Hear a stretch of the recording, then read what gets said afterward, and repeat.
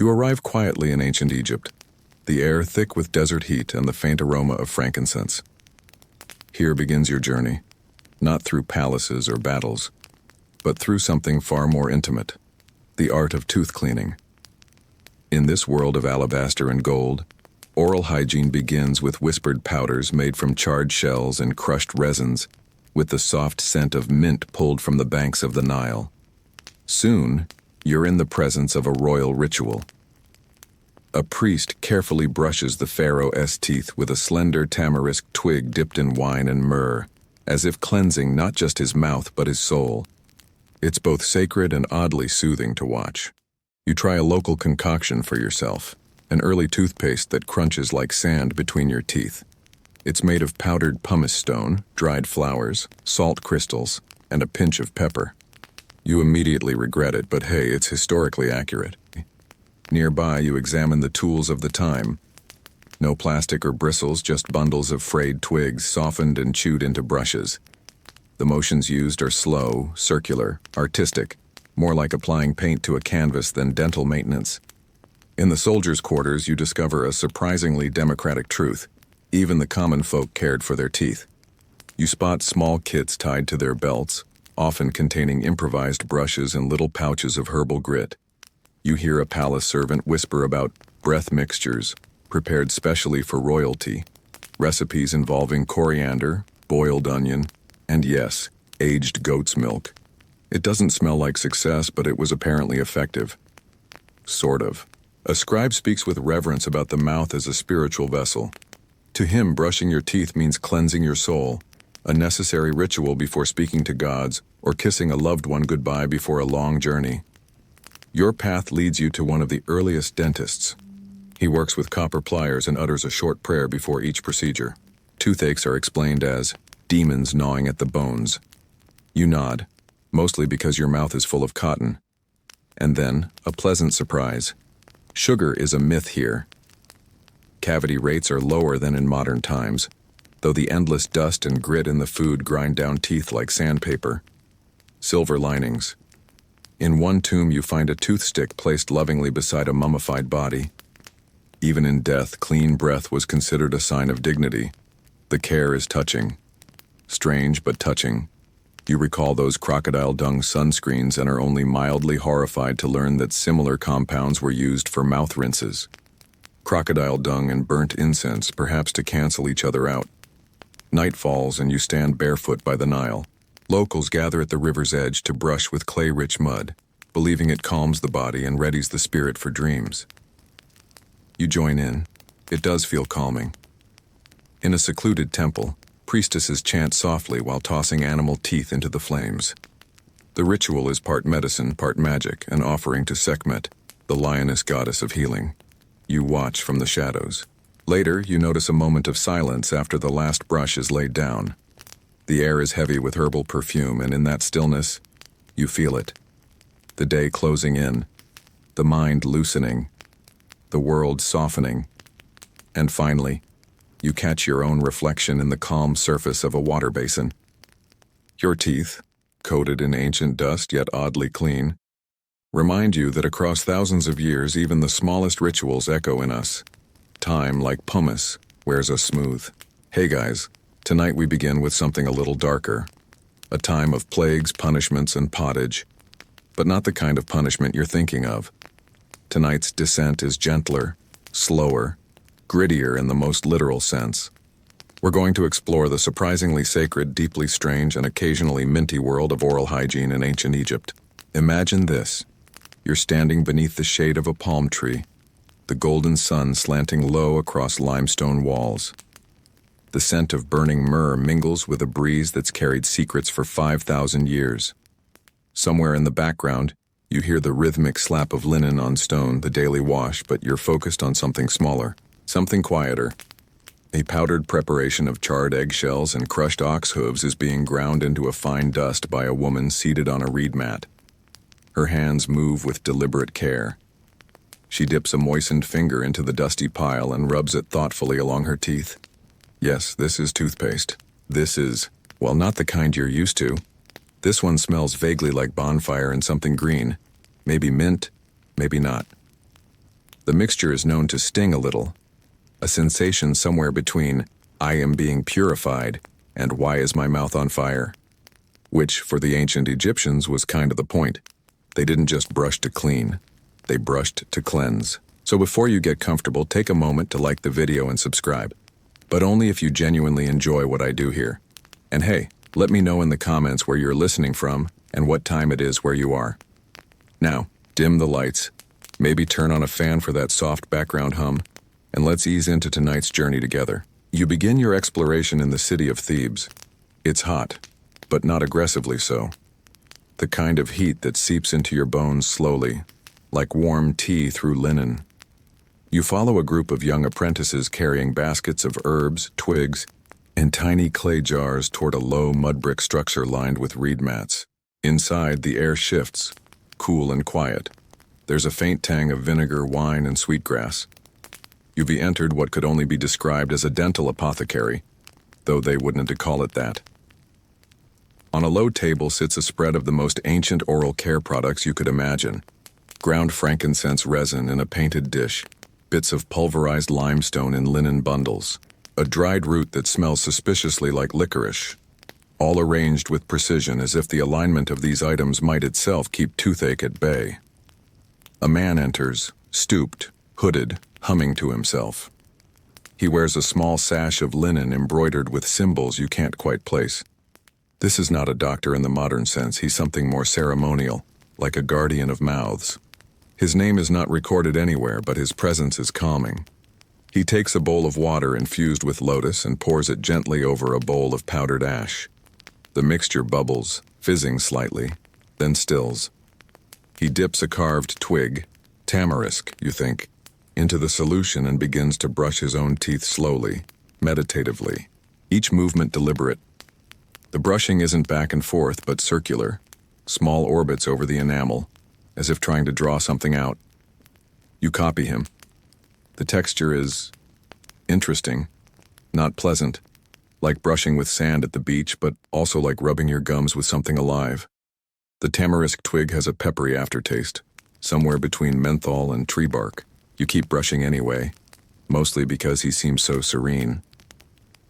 Historically, we know that ancient Egyptians were among the first to develop something resembling a dental routine. Papyrus texts describe mixtures for freshening the breath, soothing inflamed gums, and even remedies for loose teeth, which they treated by packing the gap with honey and linen. Whether it worked is debatable. Historians still argue over whether those treatments were actually effective or symbolic, a way to spiritually bind the teeth into place. The use of ash and burned eggshells, for instance, is thought to have both abrasive and purifying properties. Burned ox hooves? Less about hygiene and more about magical associations with strength and endurance. And the addition of herbs wasn't just for flavor. Some had antimicrobial effects. Others were simply there to make you feel, well, less like you were scrubbing your teeth with a grave. As you rinse your mouth with river water, you feel something shift. Not physically, but atmospherically. The light in the room tilts slightly, warmer, more golden. The world quiets. Your tongue tastes like chalk and wood smoke, but there's also a sense of, dare we say, accomplishment. Like you've survived something minor but meaningful. Outside, the apprentices are laughing. One of them has a sprig of mint tucked behind their ear. You smile, careful not to dislodge any remaining fragments of pumice. And in this quiet corner of Thebes where the hum of flies is drowned out by the whisper of wind through reeds, you've taken the first step in a ritual older than toothbrushes, older than fluoride, older even than bedtime itself. You step into the courtyard just as the morning turns to early afternoon. The sun climbs higher, casting honey-colored patterns through the woven reed awning above. In a shaded corner, something curious catches your eye. A young priest in a crisp linen kilt, polishing what appears to be the pharaoh's toothbrush. Yes, toothbrush. Only it isn't plastic or neon-colored, and there's definitely no bubblegum-flavored paste. Instead, it's a carefully carved handle of ivory, crowned by a fan of split twigs, darkened by years of oils and wine. It looks more like an ancient paintbrush than a tool for molar maintenance. But make no mistake, This is oral care fit for divine royalty. The priest lifts it reverently, inspecting every strand, every fiber. Then, with a flick of his wrist and no sense of irony, he dunks the bristles into a ceramic bowl of dark liquid. The scent reaches you. Fermented wine mixed with myrrh and possibly a hint of acacia.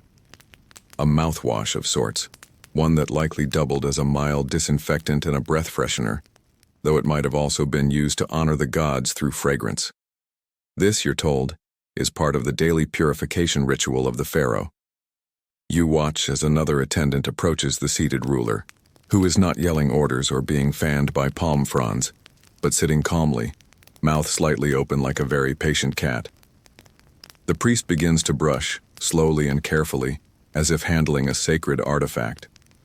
Each stroke is deliberate. The brushing forms part of the daily hygiene rite, yes, but also a moment of spiritual cleansing. In this world, your mouth isn't just how you speak.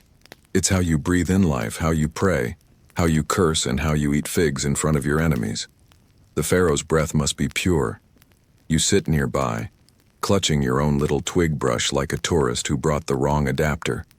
The tools look similar, but there's something undeniably ceremonial about this one. The priest dips the brush again and begins humming. You recognize the melody. It's not for show. These are purification chants, sung in devotion to Hathor, the goddess of beauty and joy, who also happens to care deeply about nice-smelling mouths. Historians still debate whether these dental rites were common among elites or limited to the ruling class. While tomb inscriptions reference priests of purification, there's little hard evidence that they were officially registered as dentists. Then again, the pharaoh's breath wouldn't be left to chance, especially not when he's expected to converse with the gods before breakfast. The priest finishes and steps back. A linen cloth is offered. The pharaoh dabs politely, one might even say smugly, and offers a nod of satisfaction. The attendants bow slightly. You mimic them, awkwardly, unsure if it's etiquette or just what you were supposed to do in the presence of freshly cleansed royalty. Later, the priest lets you peer into the box that holds the pharaoh's dental supplies. It's more of a chest, really, lined with papyrus and scented herbs. Inside, bundles of fibrous twigs, vessels of rinses, a scraping blade made of bronze, and even a small pumice stone. There's also a scroll, carefully sealed, listing what you suspect are proportions for a special formula, perhaps one used during festivals or diplomatic meetings when bad breath was more than just embarrassing. You find it amusing how something so mundane could be elevated into such sacred performance. But maybe that's the point. The tools we use to clean ourselves become the objects that define us. And in ancient Egypt, where the line between the physical and spiritual blurred like ink in water, brushing your teeth was never just about hygiene.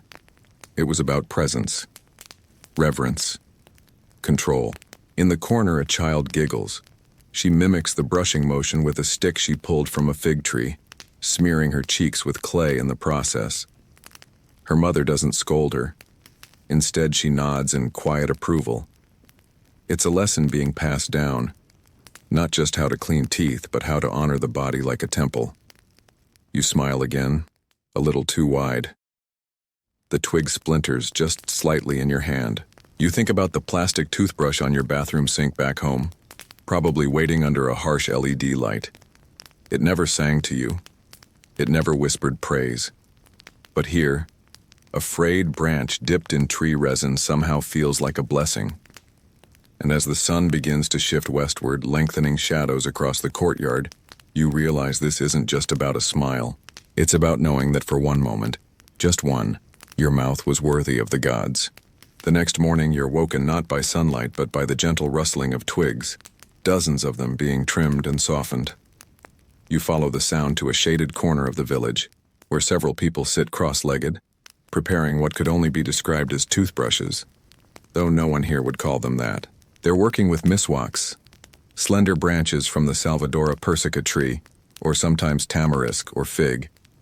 Each branch is soaked briefly in water, then chewed gently at the tip until it frays into a soft, fibrous brush. Some tie the end with thin papyrus strips to keep the fibers neat. Others just chew and go. You sit with a young man who patiently demonstrates. He nibbles the end until the bristles are just right, springy, but not too loose. Then, in slow circular motions, he begins to clean his teeth.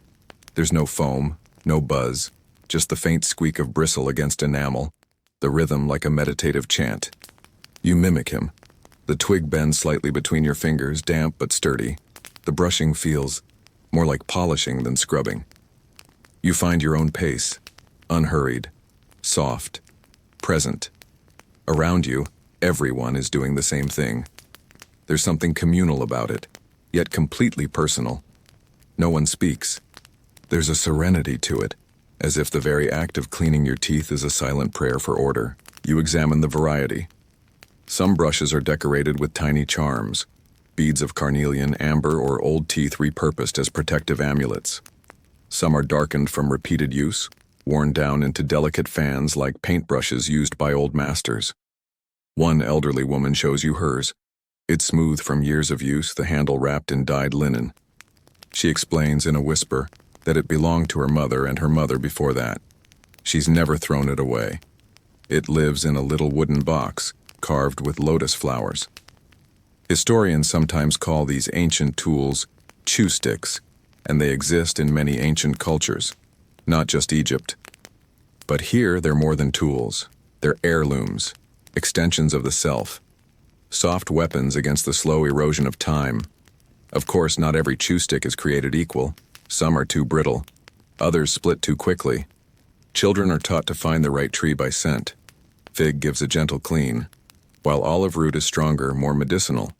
Tamarisk is somewhere in between, sturdy, with a faint peppery taste that lingers like old incense. You pick up a fresh twig and begin again. This time your movements are smoother, your hand steadier. The brushing isn't a task anymore, it's a rhythm, like a heartbeat. You find yourself slowing down. It's not just about teeth, it's about the act, the repetition, the quiet. And in that quiet, you remember something the old woman said. A good brush should feel like a breeze against your bones. So you keep brushing, slowly, thoughtfully, not because you need to, but because it reminds you that you're still here, still soft, still clean. As the day stretches into the soft hum of late afternoon, you find yourself stepping away from temples and markets, drawn instead to the quieter edges of the village, where the soldiers sleep, where the servants wash linen, and where daily life beats at a slower, more human pace. You pass rows of simple homes with mud brick walls and woven roofs. The scent of sun-warmed grain floats in the air, mixed faintly with something more pungent, possibly a simmering stew of lentils and garlic. It's here, far from the perfumed halls of the palace, that you discover something unexpected. Everyone brushes their teeth. Not with ivory-handled tools or wine-soaked twigs, but with whatever they have. Chew sticks whittled from the nearest shrub, powders mixed from ash, chalk, and mint leaves left to dry on windowsills. A soldier lounges on a mat, sharpening his blade with one hand while chewing on a branch with the other. Nearby, two girls laugh while cleaning their teeth with bits of root, smearing their faces with ash like accidental war paint. You pause to watch a woman teaching her son how to brush. She dips his tiny brush into a bowl of sandy powder, then guides his hand gently. "Not too fast," she murmurs. "You're not scrubbing pots." He giggles, coughs a little, then tries again, more softly this time. The moment is small, ordinary, and perfect. What strikes you is the universality of the act. There are no formal lessons, no written instructions, just quiet repetition passed from hand to hand, mouth to mouth. Brushing is not elite. It's not a symbol of class or privilege, it's simply part of being alive, of being clean, of preparing oneself for the day, or for the next life, depending on who you ask. Some say even laborers were buried with their chew sticks, tucked beside them like old friends. A few tombs have yielded small wooden boxes filled with powders and twigs, suggesting that oral care was seen as an eternal need, not just for comfort, but for dignity. There's even an old saying, half lost to time: the mouth that whispers truth must be free of rot. You think about that. You think about all the times you've spoken hurried words, half-truths, small lies on unbrushed mornings. And then you rinse your mouth with a little water and start again. Historians still debate how widely these practices were used among lower classes. There's little written record. Servants didn't leave behind papyri of dental notes. But the presence of tools in their homes, the wear patterns on teeth, and the folk remedies passed through generations all suggest one thing. They took care of their mouths. Maybe not with gold tools, but with effort, with love. One man shows you his kit, a folded cloth with 3 pockets, one for powdered rock salt, one for chewed mint leaves, and one for a stick he's been using for 3 years. You don't ask why he hasn't replaced it. The reverence in his hands tells you enough. Nearby, a young woman sits humming as she cleans her teeth with a charcoal-tipped stick. Her tune is old and simple. It might be a lullaby. It might be a prayer. But the sound of her brushing, steady and rhythmic, is the real melody. It fills the space like incense fills a temple, and you sit with her in the gathering twilight, brushing slowly, softly, together. Evening drapes itself over the village like a silken shawl, and with it comes a curious scent. Part vinegar, part garlic, with the faintest trace of goat milk.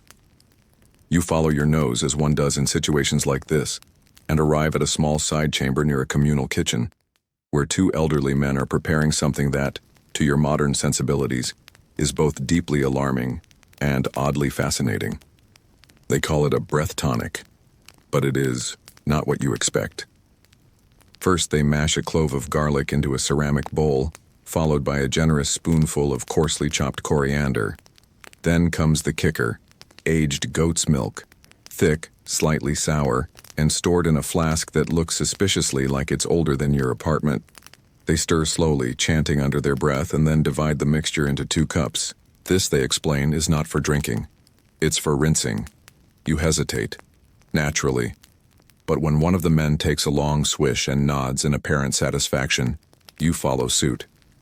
The taste is expressive, like a salad having an existential crisis. You try not to gag, you fail. But you also can't deny that your mouth feels oddly refreshed afterward. Coated, yes, but somehow balanced. Like all the bad decisions have been washed away by dairy and spice.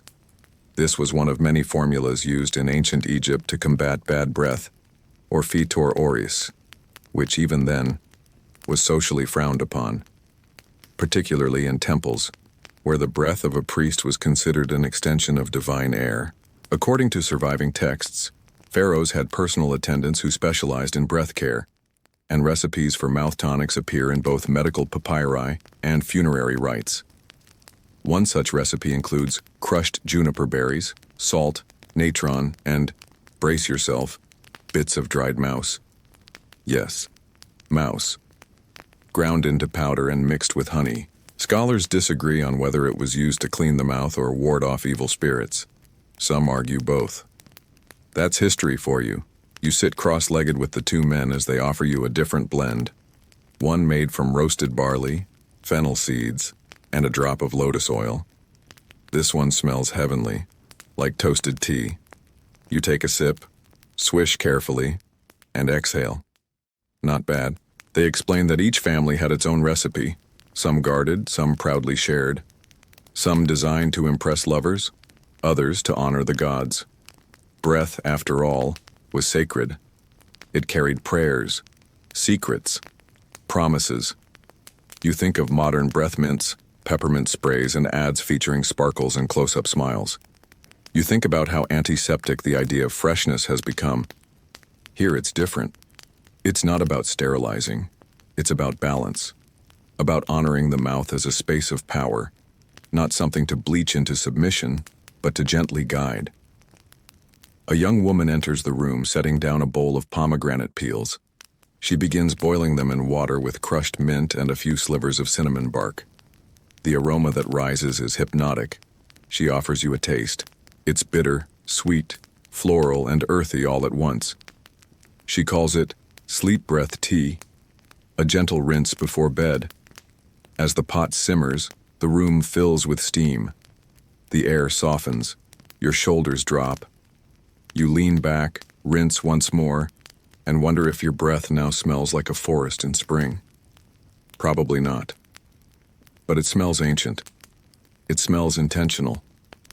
And maybe that's better. Night has settled over the village like a silk curtain. soft, deep, and filled with secrets. You step out into the cool, darkened air, and for the first time, you notice how silent everything has become. Even the dogs, usually so eager to bark at ghosts or shadows, are quiet tonight. Just the whisper of sandals on sand, and the occasional creak of papyrus mats as people prepare for bed. You make your way toward the scribe's quarter, drawn by the flicker of oil lamps and the scent of warm papyrus. Inside, an older man is seated cross-legged, arranging scrolls like one might arrange memories. He gestures for you to sit beside him. No words, just a quiet invitation. On the table in front of him is a bowl of something fragrant. You recognize the scent: myrrh, honey, and a little thyme, but it's not a paste. It's a salve, thick and golden, resting beside a slender brush made of dried reeds. He dips the brush, turns to you, and raises an eyebrow. Permission or challenge, you're not sure. You nod. He paints the mixture lightly along your gums. The taste is unexpectedly sweet, warm, and faintly bitter. It tingles in a way that's not unpleasant, more like your mouth is waking up after a long dream.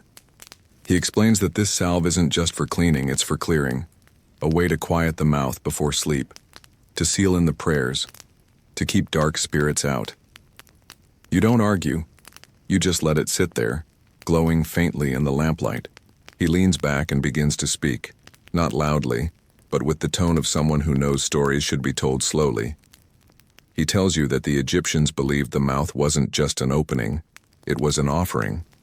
It let in air, water, and food, yes, but it also let out words, declarations, secrets, lies, truths.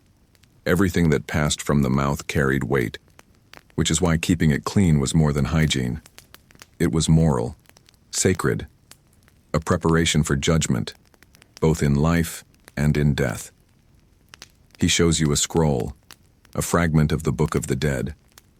There, in delicate ink, a passage speaks of the mouth-opening ritual, where a priest uses a ceremonial tool to symbolically reopen the senses of the deceased in the afterlife. Not just the eyes, not just the ears, but the mouth, because even the dead must speak. Historians still discuss how literal these beliefs were. Did people truly think mouth cleaning affected their soul's passage into the afterlife? Or was it metaphor, a poetic way of preparing the body like dressing it in good linen? The answer, as always, is buried somewhere between reverence and repetition. The scribe taps the edge of the bowl. Clean teeth, he says. Mean clean words. You nod again, your mouth tingling slightly from the salve. It no longer tastes like honey, more like ash and lemon, but in a good way. You feel quiet, not silenced, just settled. As you sit in the low light, scrolls rustling softly in the breeze, you begin to understand what this is. Not a habit, not a task, but a ritual, one small brushstroke at a time. You wake before dawn, stirred by the low hum of chanting, rhythmic, slow, like someone breathing through stone. Following the sound, you find yourself inside a modest house with walls painted in faded ochre, where a man is kneeling before a small shrine. He is a Sunu, a healer, a kind of ancient Egyptian physician. Today, though, he is not preparing bandages or mixing potions. Today he is praying before he pulls teeth. Yes. Even in the land of gold and gods, people suffered from toothaches. And while the absence of sugar spared them many modern problems, the ever-present grit of sand and food and the constant chewing of tough bread wore down enamel like wind wears down rock. On a low table beside him are his tools: bronze tweezers, thin metal hooks, small stone pestles for grinding herbs. And then, oddly, a feather. You raise an eyebrow. He sees it, smiles gently, and explains. The feather isn't for the tooth. It's for the person. A calming gesture, a distraction, a ritual touch. You sit nearby watching as the Sunu greets his first patient, a young woman clutching her jaw. She bows her head. He places a hand on her shoulder, murmurs something you don't understand, then dips his finger into a bowl of mashed figs, clove, and olive oil. He spreads it along her gums, a natural anesthetic. Mild. Not enough to stop the pain, but enough to blur its edges. Then he waits. The pause is deliberate, sacred. When the time comes, he takes his bronze tool, steady and worn smooth with use, and begins the extraction. Not fast, not brutal, just careful, intentional. You watch her fingers dig into her robe, her breath hitch, and then release. It's done. A clean pull. The Sunu offers her a piece of linen soaked in vinegar and myrrh to bite down on. She nods, thanks him, and leaves with a mix of pain and relief in her eyes. You're offered a closer look at the tooth. It's blackened at the base, worn thin at the crown. Probably infected, the kind of ache that haunts dreams. The Sunu drops it into a small bowl filled with sand and closes the lid. Offerings, he says. Each tooth pulled is sent away in silence, buried or burned. He believes the pain should not remain. Historians aren't sure how widespread dental surgery was in ancient Egypt. We have records of tools and a few surgical descriptions in the Ebers Papyrus, but no firm evidence of full-time dentists. Some argue that most care was preventative. Others believe that tooth extraction was common but rarely documented, especially among the lower classes. You think of modern dentistry, the sterile lights, the whining drill, the impersonal numbness. Here, in this quiet clay-walled room, there is no Novocaine, no latex gloves, just breath, herb, patience, pain met with presence. Later, another patient arrives, an older man, not for a tooth pulling, but for gum rot. The Sunu prepares a rinse of beer, salt, and crushed mint, instructing him to gargle at dawn and dusk. The gods live in clean places, he says, even your mouth. You sit back, your own teeth suddenly vivid in your awareness, each one a small bone gate, each one a relic. The Sunu turns to you and offers a smile that is both tired and kind. Sometimes, he says, a clean mouth is the best protection we have. You believe him. You step out into the courtyard just as the sun rises like a copper coin tossed into the sky. Its rays stretch slowly across the village, gilding rooftops and warming the dust. As you wander toward the communal ovens where bread is already baking, something peculiar begins to dawn on you. No one here eats sugar. Not refined sugar, at least. There are dates, honey, and figs. Sweet, yes, but not the kind of sweetness that clings to the teeth like syrup or crunches between molars like candy. Instead, the food is dense, fibrous, earthy. You watch a woman knead a dough so coarse it could double as exfoliant, and when you try a bite later, you almost lose a filling. It's delicious but serious. This realization changes how you view the ancient Egyptian smile. Their teeth wore down, yes, often badly, but not from sugar, from grit, from sand, from tiny particles ground into their flour as stones rubbed against grain in imperfect mills. Even the air filled with desert dust played its part, coating food, seeping into every meal. And yet, despite the wear, actual tooth decay was rare. Cavity rates were significantly lower than in post-industrial societies. No gummy worms, no caramel popcorn, just a lifetime of sand-seasoned bread. You pause to watch a child eating porridge with her fingers. It's made of barley, lentils, and onions, sloppy and textured. She laughs when a piece lands on her chin, then wipes it with the back of her hand and keeps eating. You remember your own childhood cereals and sugary snacks and wonder how your dental history might have changed if your snacks had been grittier. A farmer passes by chewing on a stalk of papyrus. Not for food, but as a kind of toothbrush. He offers you one and you accept, running your fingers along the fibrous stalk. The taste is bitter at first, but then it fades into something familiar. Dry, clean, like air after a dust storm. It turns out chewing was part of the routine. Papyrus, licorice root, even sticks from the sycamore fig tree, all used to stimulate the gums, dislodge debris, and keep the mouth busy. Chewing wasn't a nervous habit, it was functional, preventative, possibly even meditative. You sit beside a cook who tells you half seriously that every meal is both food and floss. She holds up a piece of bread so hard you wonder if it doubles as a weapon. We don't slice it, she laughs. We negotiate with it. Scholars still argue about just how healthy ancient Egyptian diets were for oral health. Some say their wear patterns are evidence of neglect. Others believe that the erosion was inevitable given their environment. And the real marvel is that they managed to retain so many teeth with so few infections. What's clear is that without refined sugar, their mouths had a different battle to fight, one not of decay, but of durability. You walk along the edge of the granary watching women grind grain with heavy stones, and you listen to the rhythm, the scrape, the pound, the sigh. The very act of making food becomes a lesson in patience, a reminder that even eating was once a tactile, communal, and tooth-conscious act. Later, as you rinse your mouth with warm river water, you feel the sandy residue at the bottom of the bowl. It crunches faintly between your teeth and you smile despite yourself. It's not glamorous, but it's real.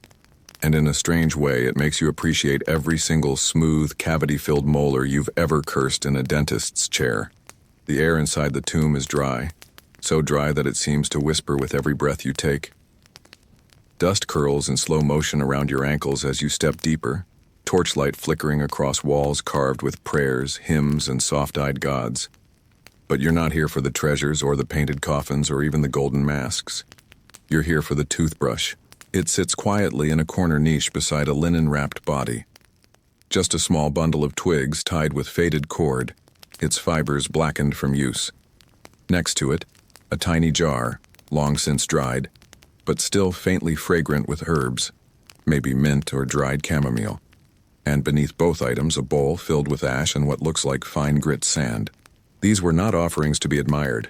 They were tools, personal, essential. A reminder that even in death, the ancients believed one should maintain dignity and possibly fresh breath. You kneel closer and read the inscription carved beside the niche. It doesn't mention war or family. It says simply, "He spoke with a clear voice." Not a loud voice, not a clever voice, a clear one. And maybe, just maybe, a clean one. Historians have long puzzled over why hygiene items, like combs, eyeliner sticks, and chew brushes, were placed in tombs. Were they meant for use in the afterlife? Were they symbols of status or signs of the person's daily rituals? Some argue these objects were magical aids, preserving the self beyond death. Others believe they were simply comforts, proof that the dead were still human, still deserving of care. You examine the brush more closely. It's brittle with age, but lovingly shaped.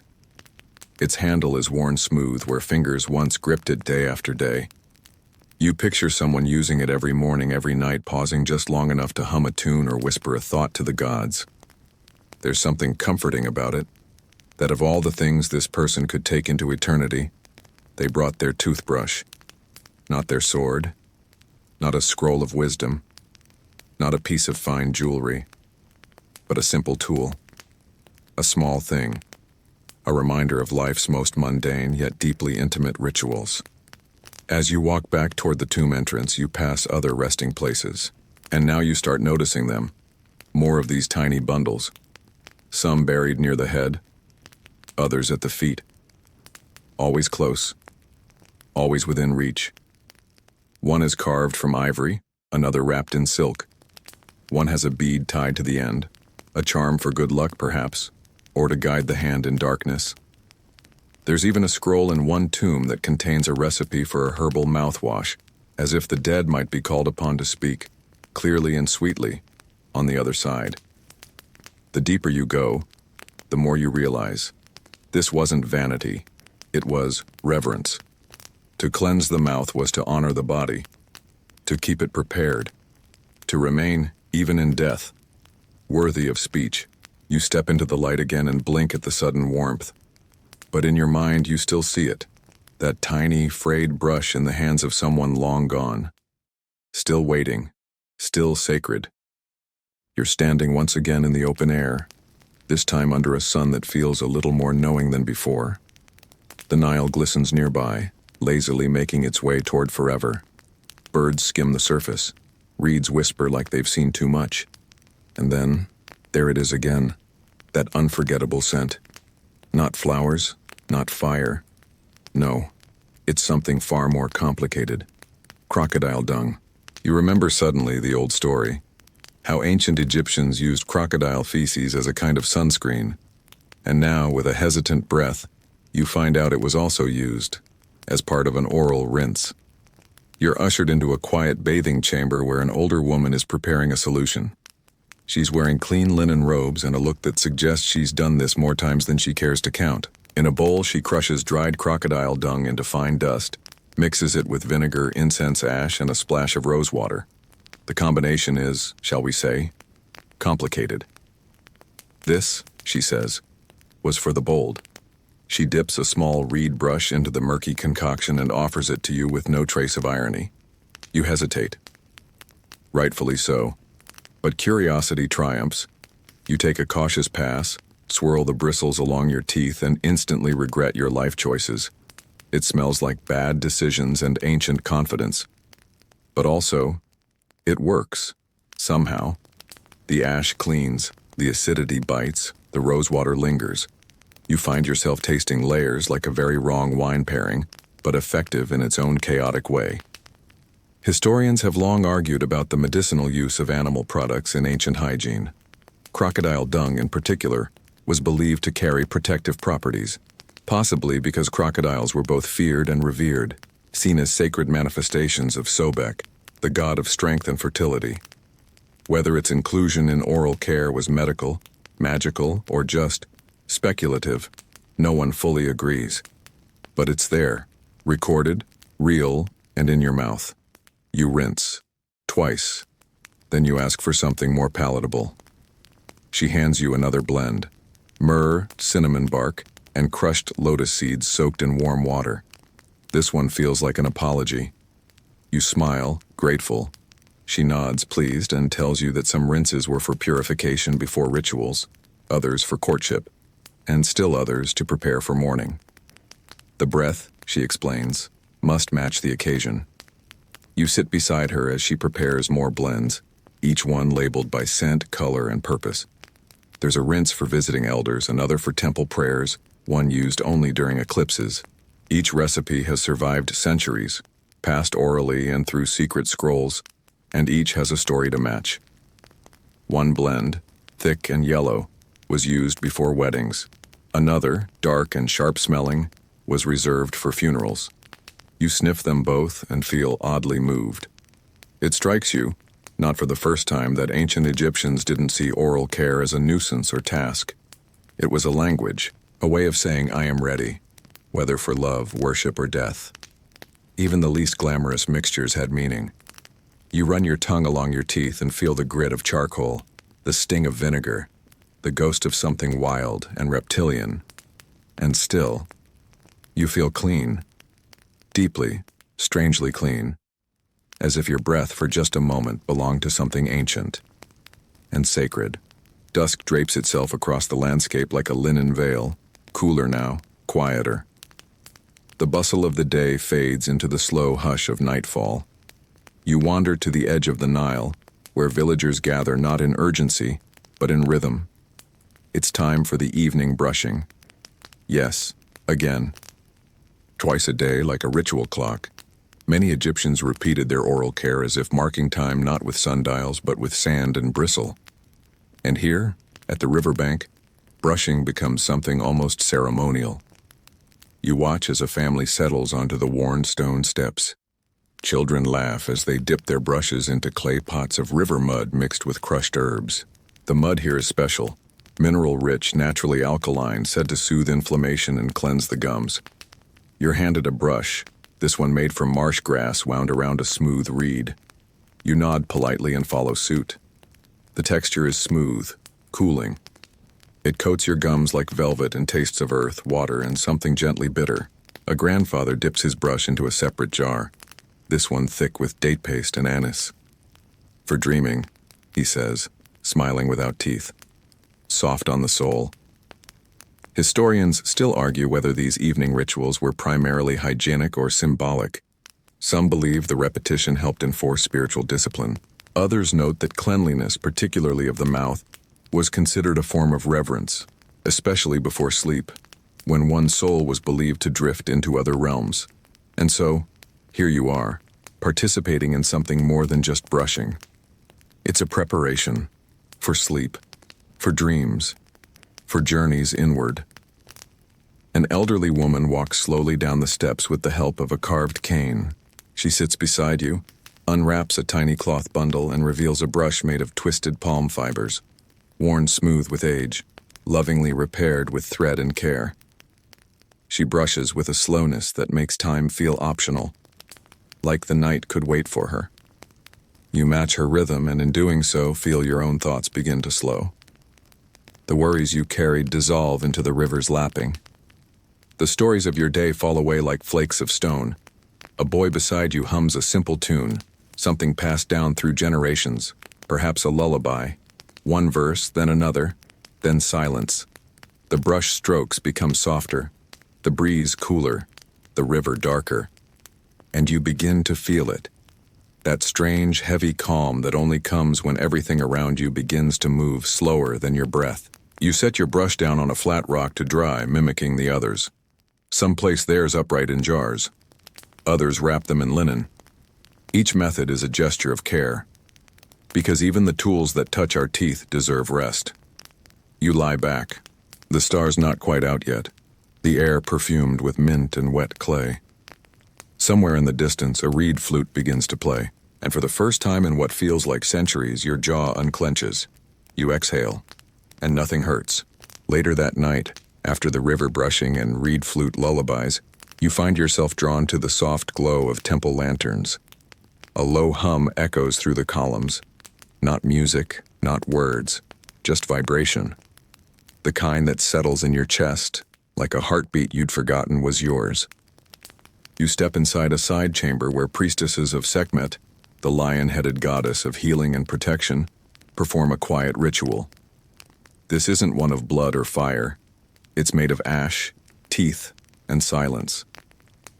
In a circle of smooth stones, offerings have been placed. Small bones, herbal bundles, and, curiously, animal teeth. Wolf, goat, jackal, perhaps even crocodile.